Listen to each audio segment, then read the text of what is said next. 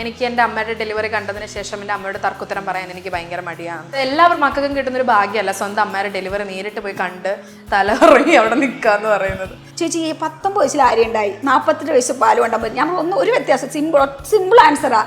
19 വയസ്സിലൊന്നും അറിയില്ല, നേഴ്സിംഗ് പഠിച്ചുകൊണ്ട് ഡെലിവറി എന്താണെന്നൊക്കെ അറിയാം.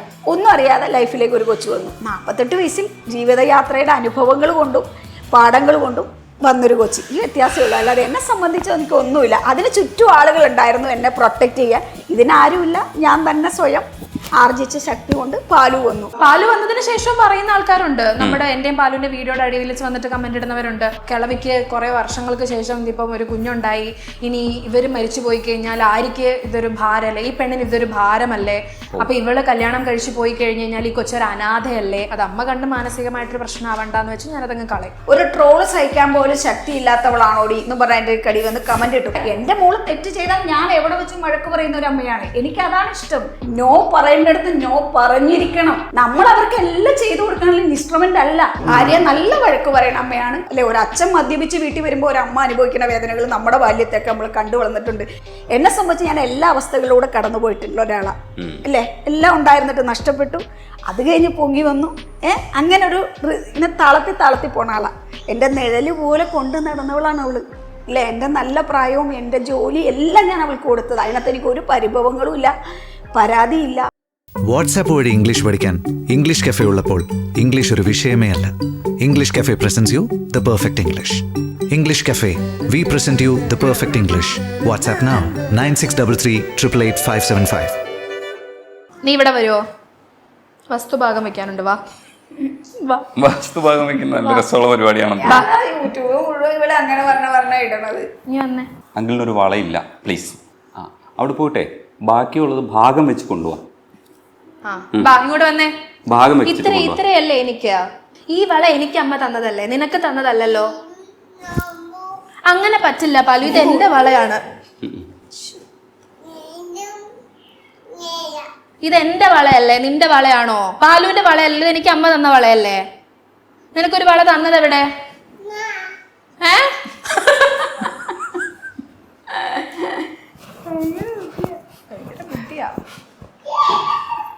ഇതെന്റെ വളയാ, ഇത് എന്റെ പേര് എഴുതി വെച്ചിട്ടുണ്ട് ഇതിനകത്ത്, ആര്യാന്ന്. ആദ്യാന്ന് എഴുതിയ വള എവിടെ? പാലിന്റെ പേരെന്താന്ന് പറഞ്ഞു കൊടുത്തവർക്ക്. പേരെന്താ? ക്ഷമിക്കണം, ഞാൻ എന്തെങ്കിലും ചോദിച്ച ഉത്തരം പറയുമോ? കളിക്കാൻ ഇവിടെ എന്തൊക്കെയാ ഉള്ളത്?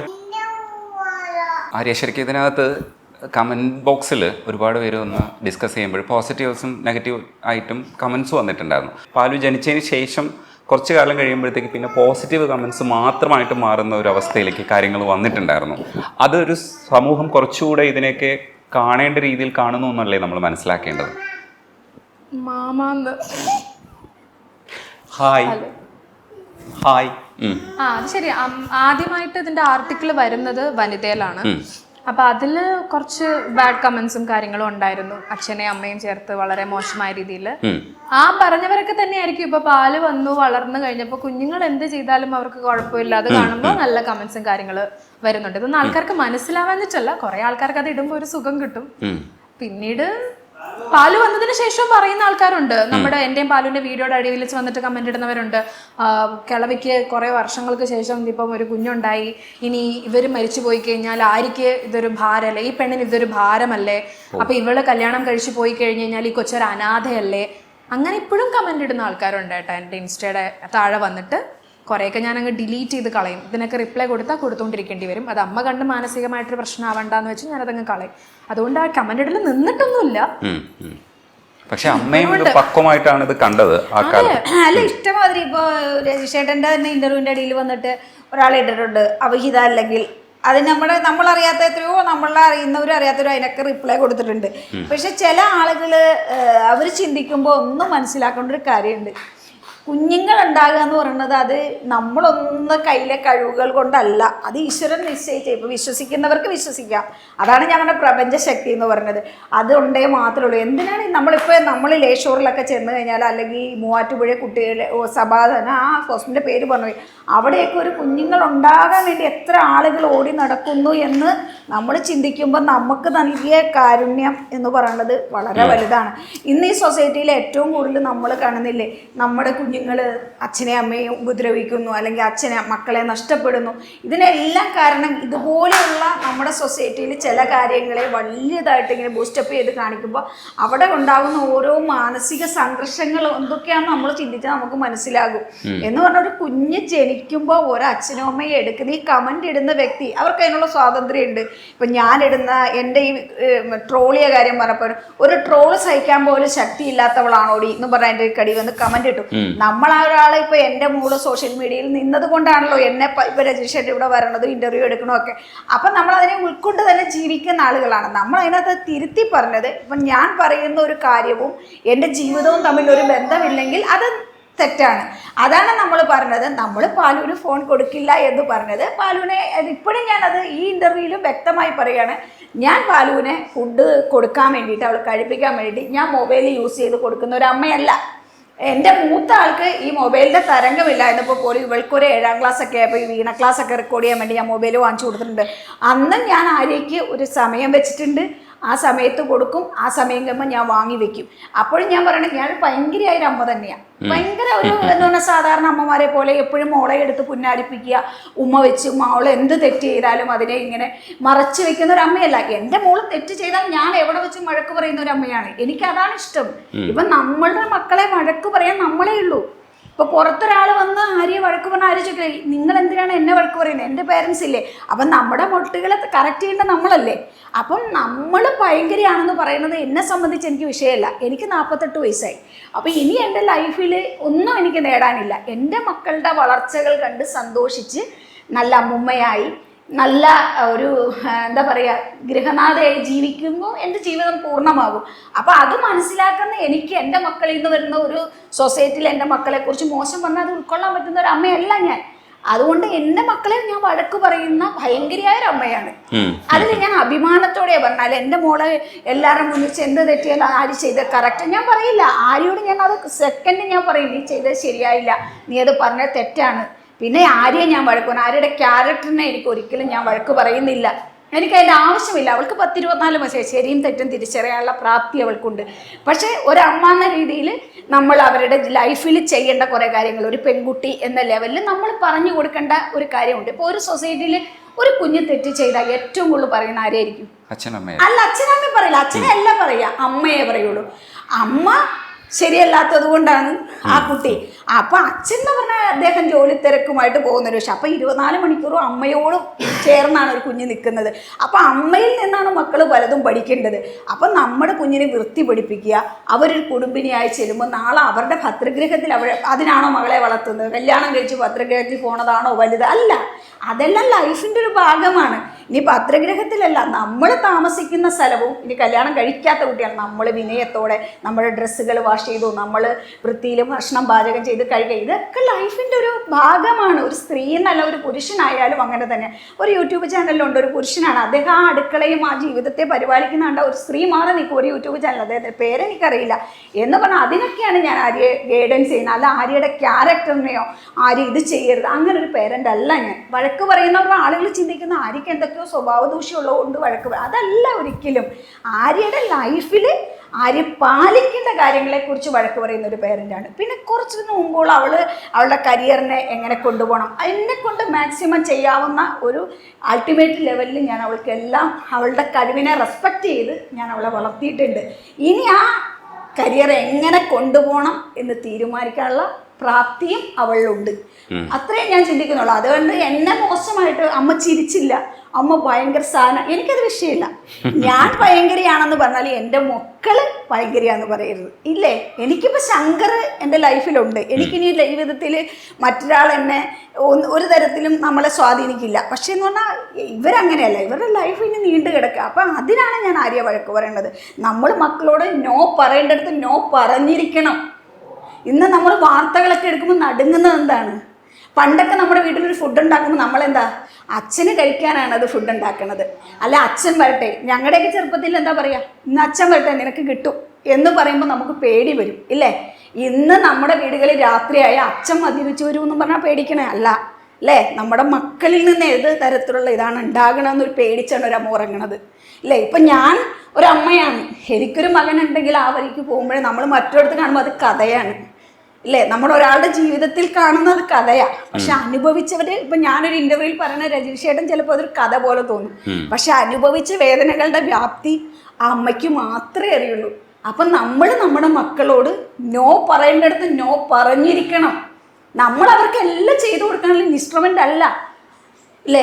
നമുക്ക് അവർക്ക് ഇഷ്ടമുള്ളത് നമ്മൾ ചെയ്തു കൊടുക്കുമ്പോൾ, നമ്മൾ 10 രൂപ അവർക്ക് കൊടുക്കുമ്പോൾ 10 രൂപ എന്തിനാ മോനെ, അത് എന്തിനാണ് എന്ന് നമ്മൾ ചോദിക്കുന്നിടത്ത് നോ പറയുമ്പോൾ നമ്മുടെ കുട്ടികൾ ഒരിക്കലും പോകില്ല. അത് നമ്മളെല്ലാം സാധിച്ചും അവന് ഭയമില്ല. വീട്ടിലേക്ക് വന്നാൽ ഞാൻ ഏത് രീതി വന്നാലും ഞാനാണ് എൻ്റെ വീട്ടിലെ രാജാവ്.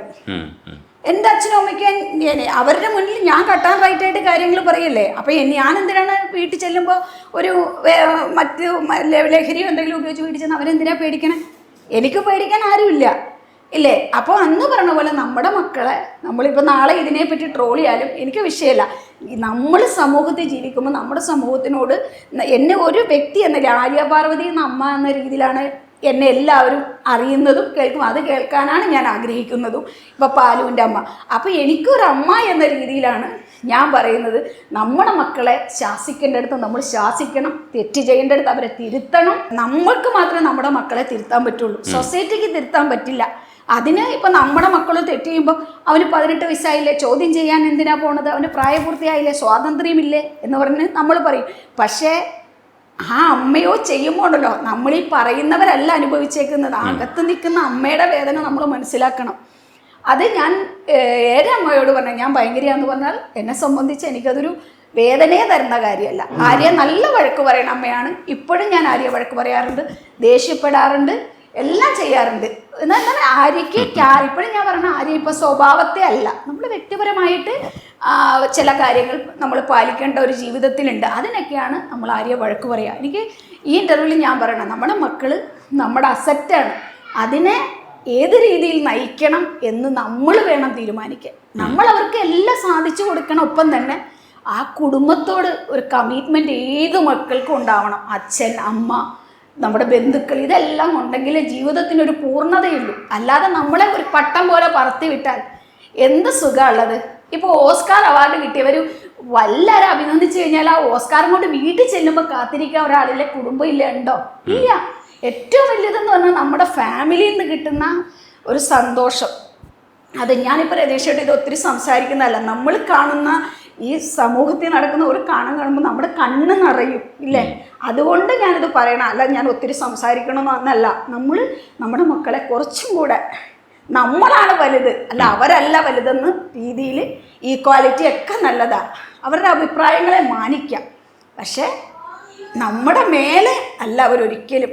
അവരെ തുറന്നു വിടണം. പക്ഷേ പട്ടത്തിൻ്റെ ചരട് നമ്മുടെ കയ്യിൽ ഇരുന്നാൽ ഈ സൊസൈറ്റിയിൽ ഇന്ന് നമ്മൾ അനുഭവിക്കുന്ന ദുരന്തങ്ങൾക്കൊക്കെ ഒരു പരിഹാരം ഉണ്ടാവുള്ളൂ. അല്ലാതെ ഒരിക്കലും നമ്മൾ ഈക്വാലിറ്റി അത് ഇത് എന്ന് പറഞ്ഞാൽ നമുക്ക് നിരന്തരം മാധ്യമങ്ങളിലൂടെ വേദനകൾ ഉണ്ടായിക്കൊണ്ടേയിരിക്കും. അത് ഷുവറാണ്. ഇതിന് എത്ര പേരെന്നെ ഇതിന് ട്രോൾ ചെയ്യാൻ കുഴപ്പമില്ല. അല്ല, എനിക്ക് വേദനയില്ല. അന്നേരം ഞാൻ പറയുന്ന ഈ കുട്ടികൾ മരിക്കുന്ന കാര്യത്തെ പറഞ്ഞതും അതൊരു അമ്മ എന്ന രീതിയിലുള്ള വിങ്ങലാണ്, ഇല്ലേ? നമ്മളിപ്പോൾ ഒരു കാര്യം എടുത്തു പറയാൻ ഞാൻ ആഗ്രഹിക്കുന്നില്ല. നമുക്ക് കിടന്ന ഉറക്കം വരില്ല. സത്യം. നമ്മൾ ആ സ്ത്രീയെക്കുറിച്ചാണ് ചിന്തിക്കുക, അല്ലേ? അവരെന്തോരം വേദന സഹിച്ചിട്ടുണ്ടാവും, അല്ലേ? ഒരു അച്ഛൻ മദ്യപിച്ച് വീട്ടിൽ വരുമ്പോൾ ഒരു അമ്മ അനുഭവിക്കുന്ന വേദനകൾ നമ്മുടെ ബാല്യത്തൊക്കെ നമ്മൾ കണ്ടു വളർന്നിട്ടുണ്ട്. ഇപ്പം പല വീട്ടുകളിലും ഇന്ന് മറ്റ് കുട്ടികൾ എങ്ങനെയായിരിക്കും ഇന്ന് വൈകുന്നേരം വരുന്നതെന്നൊരു ചിന്ത പേറി ജീവിക്കുന്ന ഒത്തിരി അച്ഛനമ്മമാരുണ്ട് ഈ സമൂഹത്തിൽ.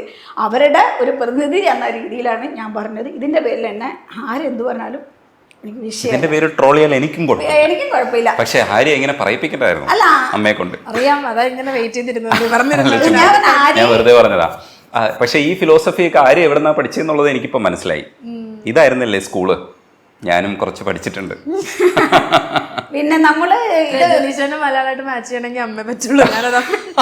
ഞാനിപ്പോ ഇന്റർവ്യൂ കൊടുക്കുമ്പോ എന്നോട് പലരും ചോദിക്കും, എന്തിന് ഇത്ര ഇന്റർവ്യൂ കൊടുക്കണത്, നിങ്ങൾ ആരാണ് എന്നോട് ഒരാളൊരു ചോദിച്ചു. ഞാൻ പറഞ്ഞു, ഞാനാരുമല്ല. ഞാൻ ജന്മം നൽകിയ എൻ്റെ മകള് ഒരു ചെറിയ ആർട്ടിസ്റ്റാണ്. ഇപ്പൊ ഞാനൊരു ഇനാഗുറേഷന് പോയി പാലാഴിയിൽ. അപ്പൊ എന്നെ അവർ സ്റ്റേജിലേക്ക് അനൗൺസ് ചെയ്തത് ദീപ്തി ശങ്കർ എന്നല്ല, ആര്യ പാർവതിയുടെ അമ്മയെ ഇത് ഇനാഗുറേറ്റ് ചെയ്യാൻ ക്ഷണിക്കുന്നു എന്നാ പറഞ്ഞത്. എനിക്ക് പ്രൗഡാണ്, അല്ലേ? ഭയങ്കര രസമുള്ള നമ്മള് ഇപ്പം ഇനി ഇത്രയും വയസ്സിൽ പ്രസവിച്ച അമ്മ എന്ന് പറഞ്ഞല്ല വിളിച്ചത്.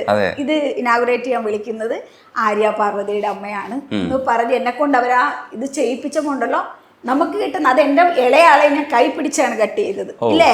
അപ്പൊ എൻ്റെ ലൈഫിൽ ഞാൻ ഭയങ്കരയാന്ന് പറയുന്നിടത്ത് അവിടെയാണ് എൻ്റെ വിജയം ഇല്ലേ. എന്നെ കുറ്റം പറയുന്ന വ്യക്തികളുടെ ഇടയ്ക്ക് എൻ്റെ മക്കൾ ജയിക്കുമ്പോഴാണ് ഞാൻ ജയിക്കുന്നത് ഇല്ലേ. അല്ല ഞാൻ ഇനി എനിക്ക് എന്ത് ജയം തോൽവി ഇത് പറഞ്ഞാൽ ഈ ആര്യയുടെ കുഞ്ഞുങ്ങളെ കാണും, പാലുവിൻ്റെ വളർച്ചകൾ കാണണം, ഇതെന്നെ സംബന്ധിച്ച് അപ്പുറം എനിക്കൊരു ലോകമില്ല. അപ്പം എൻ്റെ മക്കൾ എൻ്റെ സ്വകാര്യ സ്വത്താണ്. ഞാൻ വഴക്ക് പറയും, ദേഷ്യപ്പെടും, അടിക്കാറില്ല, വാ കൊണ്ട് പറയും. പക്ഷെ അവർ വലിയ തെറ്റുകളിലേക്കൊന്നും പോകാത്ത ഒരുപക്ഷെ ഞാൻ ഇങ്ങനെ നിൽക്കുന്നത് കൊണ്ടാവാം അല്ലേ. അവരുടെ പ്രായം ഇപ്പം രജനീഷേട്ടനും എൻ്റെ മക്കൾ തെറ്റ് ചെയ്യില്ല എന്ന് എനിക്ക് ഒരിക്കലും പറയല്ല. പ്രായം തെറ്റ് ചെയ്യിക്കും. അവരുടെ ടീനേജിൽ വരുന്ന തെറ്റുകൾ അല്ലെ അവർ വളരുന്ന അവരുടെ കൂട്ടുകളിൽ നിന്ന് അവർ തെറ്റ് ചെയ്യും. പക്ഷെ നമ്മൾ ഒളിഞ്ഞു നിന്ന് നമ്മൾ പറയും എൻ്റെ കുട്ടി തെറ്റ്. നമ്മൾ ഒളിഞ്ഞു നിന്ന് മാറ്റി നിന്ന് അവർ നമ്മുടെ മക്കളെ നോക്കി അവർ തെറ്റ് ചെയ്യും. അവരുടെ പ്രായം അവരെ തെറ്റ് ചെയ്യിക്കും, അല്ലെ സൊസൈറ്റി അവരെ തെറ്റ് ചെയ്യിക്കും. പക്ഷേ നമ്മൾ അവരുടെ പുറകെ ഞാൻ പറഞ്ഞത് പട്ടം പോലെ വിടണം. പക്ഷെ ചരട് നമ്മുടെ കയ്യിൽ ഇരിക്കുന്നില്ലെങ്കിൽ നമുക്ക് സങ്കടങ്ങളേ ഉണ്ടാവുള്ളൂ രജനീഷേട്ടാ, ഉറപ്പാണത്. നമുക്ക് ഓരോ ദിവസം നമ്മൾ ഓരോ വാർത്തകൾ എടുക്കുമ്പോഴല്ലോ നെഞ്ചു പൊട്ടിപ്പോവും. നമ്മൾ ആ വാർത്ത മുഴുവൻ കാണില്ല ഇല്ലേ. അപ്പൊ നമുക്ക് തോന്നും അയ്യോ അത് അവരുടെ ആ അമ്മയുടെ സ്ഥാനത്ത് ഞാനായിരുന്നെങ്കിലോ എന്ന് ചിന്തിക്കുമ്പോൾ രാത്രി ഉറക്കം വരില്ല ഇല്ലേ. ഇപ്പൊ ആര്യ ഒന്ന് നമ്മളോട് പിണങ്ങുമ്പോൾ നമുക്ക് വിഷമം വരും ഇല്ലേ. അപ്പൊ നമ്മുടെ മക്കള് മോശമാണെന്ന് സമൂഹം നമ്മളോട് പറയുമ്പോൾ എത്രമാത്രം നമുക്ക് വേദനിക്കുന്നുണ്ടാവും ആ അമ്മയുടെ മനസ്സ് ഇല്ലേ. അന്ന് പറഞ്ഞ പോലെ അതിന് നമ്മൾ ഓരോരുത്തരും നമ്മുടെ കുഞ്ഞുങ്ങളെ എത്രത്തോളം പൈസ ഉണ്ടാക്കാൻ ഓടുന്നതിനൊപ്പം തന്നെ പൈസ അച്ഛനും അമ്മയ്ക്കും സമ്പാദിച്ചത്. കഴിഞ്ഞ ദിവസം വന്ന ന്യൂസിന്റെ വെച്ചിട്ട് അമ്മ പറയുന്നതാണ്, ഞാൻ അമ്മ ഒന്നും ചെയ്തിട്ടില്ല, ഞാൻ ഇന്നലെ വന്നേ ഉള്ളൂ എന്താണ് ഈ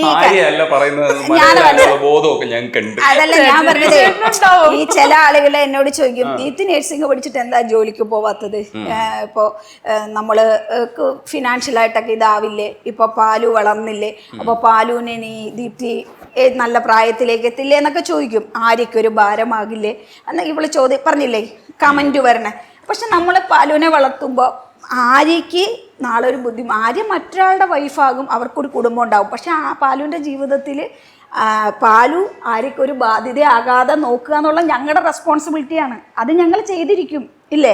അല്ല പിന്നെ അവൾ ഇവൾക്ക് അവളും അല്ല ആര്യ നാളെ ഒരു ജീവിതത്തിലേക്ക് പോകുമല്ലോ. അപ്പൊ നമുക്കത് ലക്കാണ്, കിട്ടുന്ന ആളെ എങ്ങനെയായിരിക്കും എന്നുള്ളത് നമുക്ക് ഒന്നും പറയാൻ പറ്റില്ല. പക്ഷെ പാലുവിനെ സേഫ്റ്റി ആക്കുക എന്നുള്ളത് എൻ്റെ ചേട്ടൻ്റെ ഉത്തരവാദിത്തമാണത്. സൊസൈറ്റിയോടുള്ള നമ്മുടെ കുഞ്ഞിനെ അവൾക്ക് നല്ല വിദ്യാഭ്യാസം കൊടുക്കുക, അവളെ നല്ല സ്റ്റേബിളായിട്ട് വളർത്തുക. അത് ഞങ്ങളുടെ ഈ പ്രായത്തിൽ ഞങ്ങളുണ്ടാകുമ്പോൾ ഇവളേക്കാൾ കുറച്ചും കൂടെ അവൾക്ക് കൊടുക്കണം ഇല്ലേ. ആര്യക്ക് നാളെ ഒരു രീതിയിലുള്ള ഡിസ്റ്റർബൻസും വേണ്ട, ഫിനാൻഷ്യലി ഒന്നും നോക്കേണ്ട ആവശ്യമില്ല, ബോൾഡായിട്ട് വളർന്നാൽ മതി. അതെ, അതുകൊണ്ടാണ് നമ്മൾ ആരോഗ്യമാണെങ്കിലും വിളിച്ചാലും കുഴപ്പമില്ല, അങ്ങനെ ആരോഗ്യം നോക്കുന്നത് ഭാവമാവരുത്. എനിക്ക് അത്രേ ഉള്ളൂ. അത് ആരോഗ്യം നോക്കണേ. ഇപ്പൊ ആര്യക്ക് പാലുവിന് മിഠായി കൊടുക്കാറില്ല, ചോക്ലേറ്റ് ഒന്നും ഒക്കെ അറിയില്ല ചോക്ലേറ്റ്. അപ്പൊ അതിന്റെ ഇടയിലൊക്കെ നീ കിളവിത്തള്ളയുടെ മകളായിട്ട് ജനിച്ചത് അവരുടെ കഷ്ടകാലം എന്നൊക്കെ പറഞ്ഞാൽ എനിക്ക് കമന്റ് വരും. അപ്പോ എനിക്ക് പ്രഗ്നൻസിയിൽ ഷുഗർ ഉണ്ടായിരുന്ന കാരണം അവൾക്ക് ഷുഗർ ഉണ്ടായിരുന്നു. അപ്പം എനിക്ക് അവളുടെ ആരോഗ്യം എൻ്റെ ലൈഫ് 48 റിയാലിറ്റി എനിക്കറിയാം. അപ്പം ഞാൻ എത്ര കാലം ഈ ജേർണിയിൽ ഉണ്ടാകുമെന്ന് എനിക്കറിയില്ല ഇല്ലേ. അപ്പം നമ്മൾ ഇപ്പം കൊടുക്കുന്ന കെയറിങ് ആണ് അവളുടെ ലൈഫിൽ ബാല്യത്തിൽ കിട്ടുന്ന ഒരിതാണ് അവളെ മുന്നോട്ട് നയിക്കുന്നത്. അപ്പം ഞാൻ പാലുവിനെ ഇപ്പം അതിനെ ഇങ്ങനെ ഓവറായിട്ട് കൊടുക്കുമ്പോൾ പാലു അതിൻ്റെ ടേസ്റ്റ് ഇപ്പം അവരുടെ ബ്രെയിനിൽ എന്താണോ ക്യാച്ച് ചെയ്യണം അതാണ് അവർ മുന്നോട്ടുള്ള ജേർണിയിൽ. പിന്നെ അവർ ഇവളുടെ പ്രായമൊക്കെ എത്തുമ്പോൾ സ്വയം തിരിച്ചറിയും, വണ്ണം കുറയ്ക്കണം അല്ലെ ഷുഗർ അല്ല, അതിനറിയില്ല. ഇപ്പോൾ നമ്മൾ എന്ത് കൊടുക്കണോ അത് കഴിക്കും. അപ്പം നമ്മളതൊക്കെ പറയുമ്പോൾ കിളവിത്തള്ളയുടെ നമുക്ക് വിഷയമില്ല. എന്നെ അറിയുന്ന വ്യക്തിയല്ലല്ലോ, ഞാൻ എന്താണ് ചിന്തിക്കുന്നത് എന്താണ് പ്രവർത്തിക്കുന്നത് എന്നെക്കുറിച്ച് അറിയില്ല, എനിക്ക് അതിനകത്തൊന്നും പരിഭവമില്ല. ചിലരത് എനിക്ക് എടുത്ത് സ്ക്രീൻഷോട്ട് അയക്കും, ഞാനിപ്പോൾ തിരക്കിൻ്റെ ഇടയിൽ കണ്ടില്ലെന്ന് പറയും. അപ്പം ഞാനിങ്ങനെ പറയും എനിക്കതിനകത്ത് ഫീലിംഗ് ഇല്ല. ഇവരെയൊക്കെ എന്തെങ്കിലും പറഞ്ഞാൽ എനിക്ക് വിഷമം വരും. എന്നെ പറയുമ്പോൾ ചെറിയ സങ്കടമൊക്കെ വരും, ഇത്രയും നോക്കിയിട്ട് ഇങ്ങനെയാണല്ലോ. പിന്നെ ഞാനതിനെ എത്രയോ റെസ്പെക്റ്റോടെ എന്നെ കാണുന്നവരുണ്ട്. ഇപ്പം എന്നെ ഇനാഗുറേഷന് വിളിക്കുമ്പോൾ ഞാൻ അവരുടെയാണ് ട്രീറ്റ്മെൻറ്റ് എടുത്തിരുന്നത്.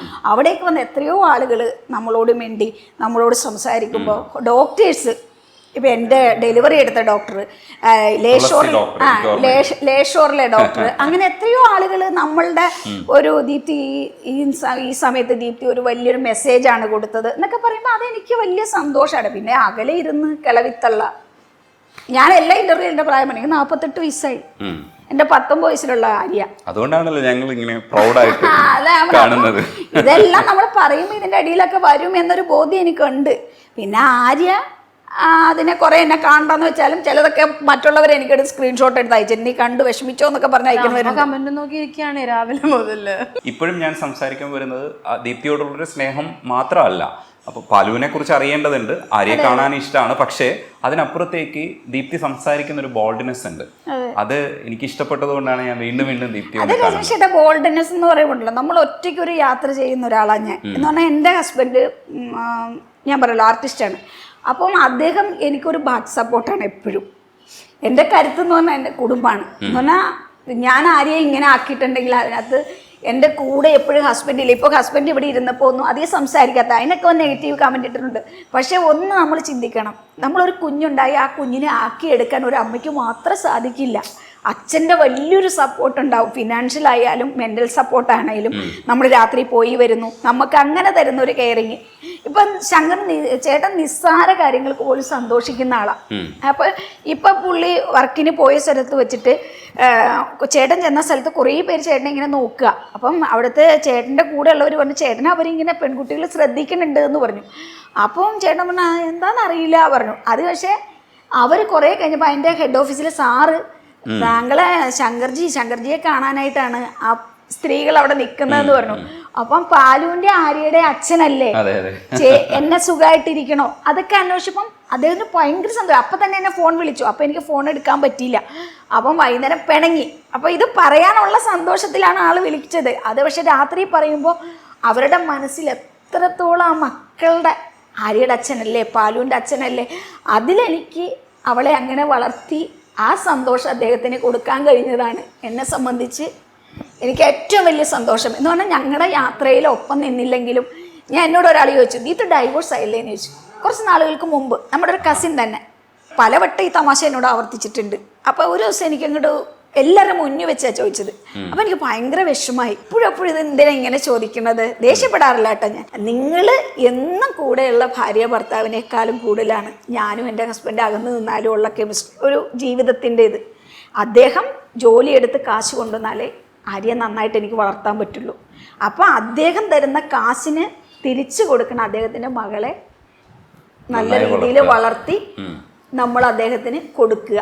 അത് എന്നെ സംബന്ധിച്ചാണ് എൻ്റെ കടമ, ഇല്ലേ?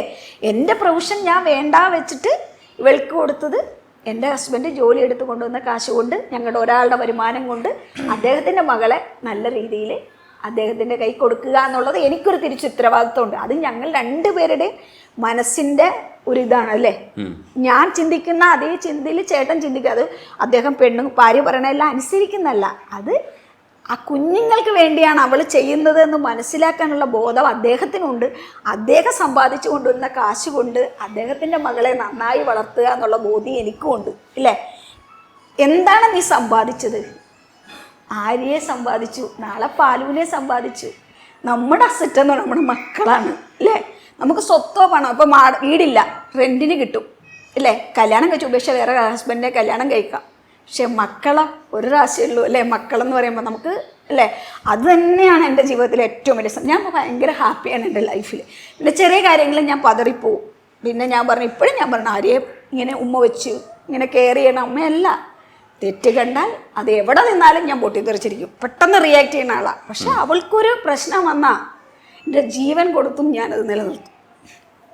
അതിനകത്ത് ആര്യക്കറിയാതെ എന്തായിരിക്കും വന്നാലും ആര്യയുടെ ഭാഗത്ത് ന്യായമുണ്ട്, ആര്യ ശരിയാണെന്ന് എനിക്ക് തോന്നുന്ന ഏത് കാര്യമാണ് അതിൻ്റെ ഏത് അൾട്ടിമേറ്റ് അവസ്ഥയിലും ഞാൻ പോയി അവളെ കെയർ ചെയ്തിരിക്കും.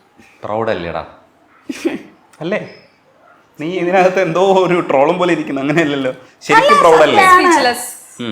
സന്തോഷം. ശരിക്കും അത് ഉള്ളിലേക്ക് എത്തുന്നില്ലേ? തീർച്ചയായും അനുഭവം ഉണ്ടല്ലോ. എല്ലാം അനുഭവിച്ച് ജീവിക്കുന്ന ഒരാൾക്ക് അതൊന്നും മനസ്സിലാവൂല.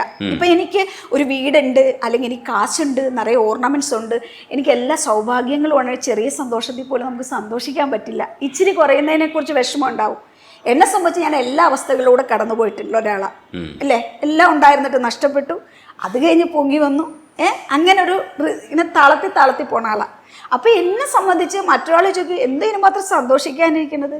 പക്ഷെ എന്നെ സംബന്ധിച്ച് ആ സന്തോഷം ഞാൻ ഉണ്ടാക്കിയെടുക്കാൻ കൊടുത്ത വിലകൾ ഭയങ്കര വലുതാ.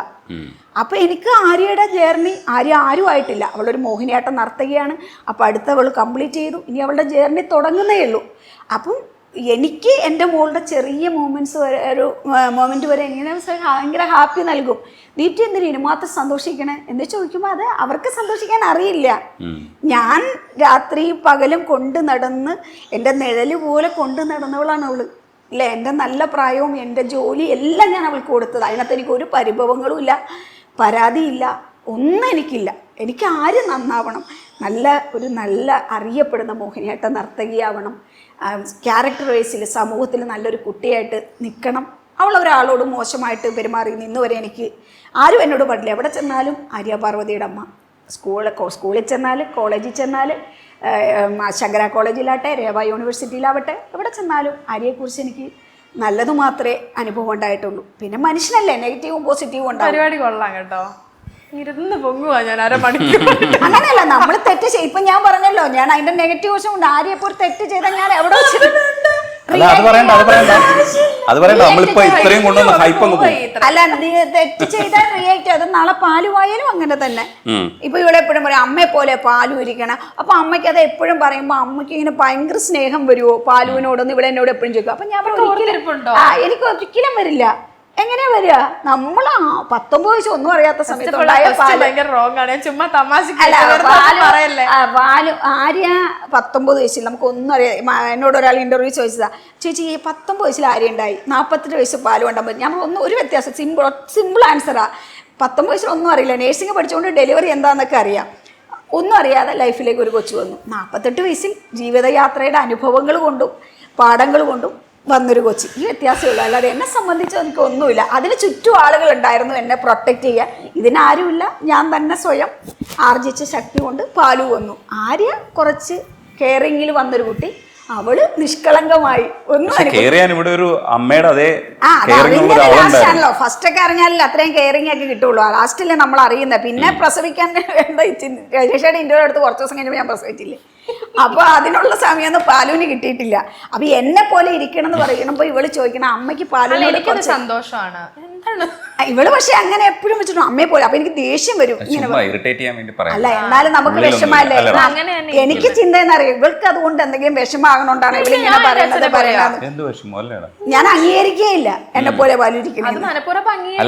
അംഗീകരിച്ചില്ലെങ്കിലും അമ്മയെ പോലെ തന്നെ അതുകൊണ്ടാ കൊച്ചിനെ ഇപ്പൊ പോയി കട്ടൊക്കെ വെട്ടിച്ച് ഞാൻ ഇച്ചിരി വ്യത്യാസം ഇപ്പൊ കൂടിയുള്ളൂ.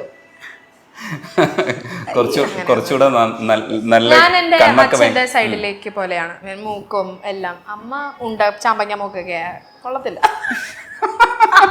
കുഴപ്പമില്ല, ആണല്ലേ പറഞ്ഞത്. ഇനി എന്ത് പറഞ്ഞാലും എന്തായാലും ചേട്ടാ 2 മക്കളെ കിട്ടി, അടിപൊളിയായിട്ട് മുന്നോട്ട് പോകുന്നു. അതെ, ആര്യക്ക് ശരിക്കും പ്രൗഡാണ് കേട്ടോ. അമ്മയെന്ന് ആലോചിക്കുമ്പോ ആര്യ ഭയങ്കര രസമായിട്ടായിരിക്കും പുറത്തൊക്കെ ഭയങ്കര രസമായിട്ടായിരിക്കും പറയണത്. എനിക്ക് അഭിമാനമാണ് എപ്പോഴും. ഞാൻ ഇപ്പോഴും എല്ലാവരോടും പറയും, എനിക്ക് എന്റെ അമ്മയുടെ ഡെലിവറി കണ്ടതിന് ശേഷം എന്റെ അമ്മയുടെ തർക്കുത്തരം പറയാൻ എനിക്ക് ഭയങ്കര മടിയാണ്. കാരണം നമ്മൾ എല്ലാവരും മക്കൾക്കും കിട്ടുന്ന ഒരു ഭാഗ്യമല്ല സ്വന്തം അമ്മയുടെ ഡെലിവറി നേരിട്ട് പോയി കണ്ട് തലകറങ്ങി അവിടെ നിൽക്കാന്ന് പറയുന്നത്. പക്ഷെ അതിനുശേഷം മറ്റേ പ്രസവം കഴിഞ്ഞ ഉടനെ വാഷ്റൂമിലേക്ക് കൊണ്ടുപോകുന്നുണ്ട്. ഞാനാ കൊണ്ടുപോയത് ഡോക്ടർ പറഞ്ഞിട്ട്. കാരണം ഇത്രയും പ്രായ വ്യത്യാസവും എനിക്ക് ടെൻഷൻ അടിച്ച് നിൽക്കുന്നതുകൊണ്ട് ടോളസ് ഡോക്ടറിന്റെ അടുത്ത് പറഞ്ഞ് അകത്തേക്ക് പൊക്കോളൂ, അപ്പൊ ഇതിന്റെ മെറ്റേണിറ്റി പാഡൊക്കെ ഉണ്ടല്ലോ, അതും കൊണ്ട് ഞാൻ അകത്തേക്ക് വരുമ്പോൾ അമ്മയുടെ കൂടെ വാഷ്റൂമിനകത്തേക്ക് കയറുന്നത് ഞാനാ. അവിടെ കണ്ട കാഴ്ചകളെല്ലാം ഏത് മക്കൾ കണ്ടാലും ഒരിക്കലും നമ്മൾ നമ്മുടെ അമ്മമാരോട് ഒരു വാക്ക് പോലും കർപ്പിച്ച് പറയാൻ നമുക്ക് തോന്നില്ല. അതുപോലെയായിരുന്നു. എനിക്ക് ബഹുമാനം മാത്രമേ ഉള്ളൂ ഈ ഒരു സ്ത്രീയോട്. ഞങ്ങൾക്കും അതെ, സന്തോഷം. ഞാൻ പറഞ്ഞില്ലേ ചേട്ടാ, ഞാൻ ഒത്തിരി സംസാരിക്കും, പക്ഷെ എനിക്ക് ഇഷ്ടപ്പെട്ട സ്ഥലത്ത് മാത്രമേ സംസാരിക്കുള്ളൂ. അതെനിക്ക് ഏറ്റവും ഞാൻ പറയുന്നതിനെ ആ രീതിയിൽ ഒരു സ്പേസിൽ എടുക്കുന്ന സ്ഥലങ്ങളിൽ സംസാരിക്കാൻ ഇഷ്ടം. എനിക്ക് വളരെ ഇതാണ് എൻ്റെ ലോകം. ഇവര് അല്ലാതെ അതിനപ്പുറം ഒരു ലോകങ്ങളും ഇപ്പൊ പാലുവിന്റെ ലോകം. നേരത്തെ ആര്യ, ഡാൻസ്, പാട്ട്. ഇനി ഇവളുടെ കരിയറിൽ ഉയരണ കാണണം. അത്ര കാണിച്ചു തരാം. ഞാൻ പറയാം, ആര്യയുടെ ഒരു സിനിമ 2 ഭരതനാട്യം ശരിയായി, ഇപ്പൊ ശരിയായി, മൊത്തം തെറ്റി. അപ്പം മോഹിനിയാട്ടം, ആ മോഹിനിയാട്ടത്തിലും സിനിമയിലും കുറച്ച് നന്നായി ആര്യയെ പെർഫോം ചെയ്യുന്നത് കണ്ടു കഴിഞ്ഞാൽ അമ്മ ഓക്കെ ആണ്. സമാധി. ഞാൻ സിനിമ കാണില്ല എന്ന് ആര്യോട് പറഞ്ഞിട്ടുണ്ട്.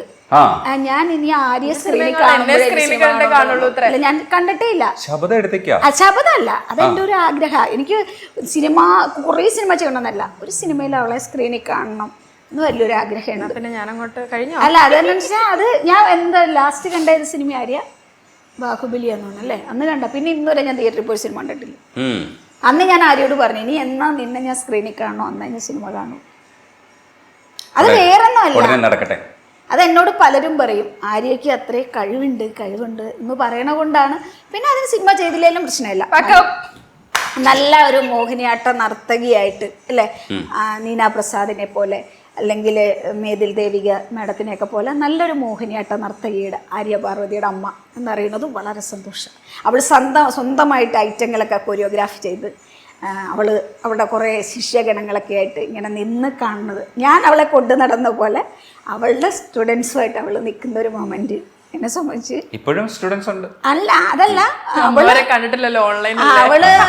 അവള് സ്വന്തമായിട്ട് ഐറ്റങ്ങൾ കൊറിയോഗ്രാഫി ചെയ്യണം, പാട്ട് കമ്പോസ് ചെയ്ത് അവൾ കൊറിയോഗ്രാഫി ചെയ്ത് അവള് നല്ലൊരു മോഹിനിയാട്ട നർത്തകി എന്ന് പറഞ്ഞാൽ അറിയുന്നത് അതും വളരെ സന്തോഷമാണ്. സിനിമ സ്വന്തം ക്രിയേറ്റിവിറ്റിയിൽ പെർഫോം ചെയ്യുന്ന ഒരു ആര്യയും ശിഷ്യഗണങ്ങളെയും കാണണം. അതെ അതാണ് അത്. ആര്യ പാലുവിനൊരു പാഠമാണ് തീർച്ചയായിട്ടും. എൻ്റെ ജീവിതത്തിലെ ആര്യ എന്ന കുട്ടി അവള് വേറെ ആരും പ്രതിദാനം ചെയ്യണ്ട. പാലുവിനെ ആര്യ കണ്ട് പഠിച്ചാൽ മതി. അവൾ എൻ്റെ ചേച്ചി ഇങ്ങനെയാണ്, ഒരു എയിമുള്ളിൽ ചേച്ചി എത്തുമ്പോഴാണ് പാലുവിനും ആ ജേർണി എൻ്റെ ലൈഫിൽ ഞാനും ആയിത്തീരണം എന്ന് അവൾക്ക് വേറെ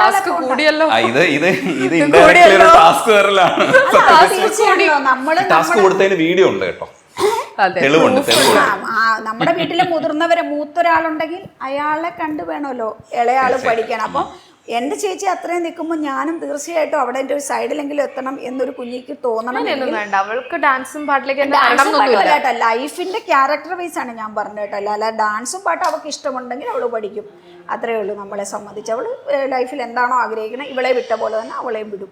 പക്ഷെ ആര്യ അവൾക്കൊരു എന്താ പറയാ, ഒരു ഉണ്ടാവും. പാലുവിനെ കുറിച്ചുള്ള കുറെ സ്വപ്നങ്ങളൊക്കെ ഞങ്ങൾ കണ്ടു. എവിടെയായിരുന്നു?